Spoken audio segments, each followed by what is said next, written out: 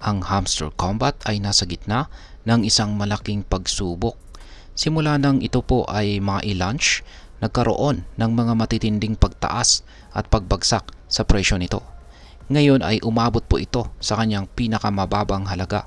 Subalit, may mga palatandaan na maaring magbago ang takbo nito or mukhang makakaranas na po ito ng pagbangon. At iyan po ang siyang ating pag-uusapan sa video na ito. Pero bago po tayo magpatuloy ay nais ko lamang po munang bigyang linaw ang aking disclaimer kung saan ang nilalaman po ng video na ito ay hindi po ito isang financial advice. For education and information purposes lamang po ang layunin nito. Sa mga hindi po nakakaalam ay paano nga ba nagsimula ang pagbaba ng hamster token.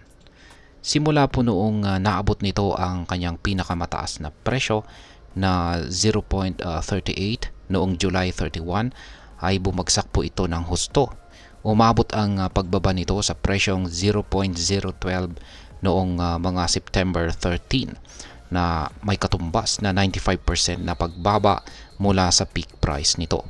Ibig sabihin nito, maraming investors ang nakaranas ng malaking pagkalugi. Ngayon ay ano ang mga senyales na posibleng pagbabago? Sa kabila ng patuloy na pagbaba, may mga senyales naman na nagpapakita na maaaring magbago ang takbo ng hamster token. Unang-una ay ang kanyang Relative Strength Index or RSI ay nasa oversold na. Sa madaling salita, ito ay isang indicator na nagpapakita na masyado nang mababa ang presyo at maaari na pong mag-reverse or tumaas na muli.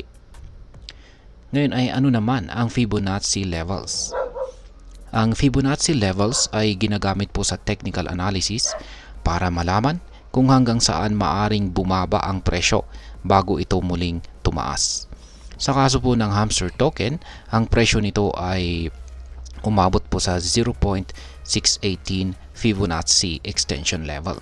Sa madaling salita, ito po ay isa sa mga level na kadalasang tinitingnan ng mga traders para sa potential reversal. Ngayon ay ano naman ang mga senyales ng slowing momentum or bumabagal yung kanyang momentum. Ang isa pang positive sign ay ang slowing downward momentum. Ibig sabihin nito, kahit na patuloy pa rin ang pagbaba ng presyo, hindi na ito kasing tindi ng mga nakaraang pagbaba.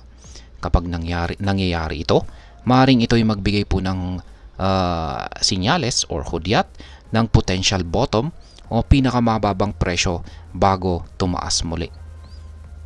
Ngayon ay sa chart na ito ay nakikita na rin natin ang isang pattern at yan po ay ang tinatawag na descending channel. Ngayon ay ano nga ba ang descending channel?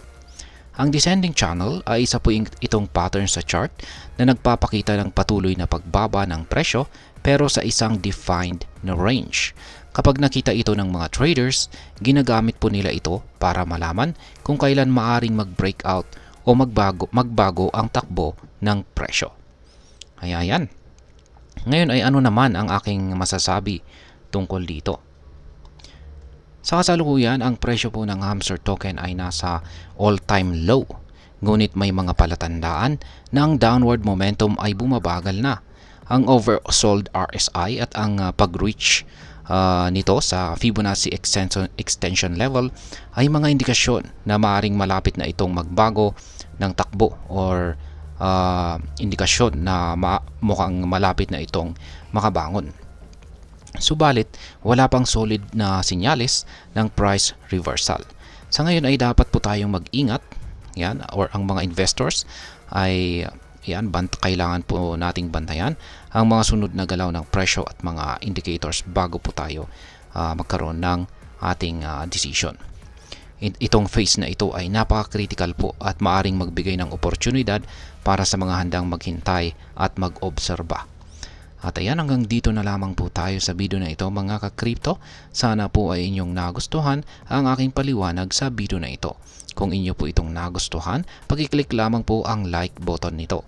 Para naman po sa mga bago lamang dito, kayo po ay aking inaanyayahan para mag-subscribe. Pag-click na rin po ang bell icon nito dahil ito po ang siya magsisilbing notification nito sa mga bago kong videos na akin pong ina-upload sa aking YouTube channel na ito. Marami pong salamat sa panunood. Ingat po tayo lagi at God bless po sa ating lahat.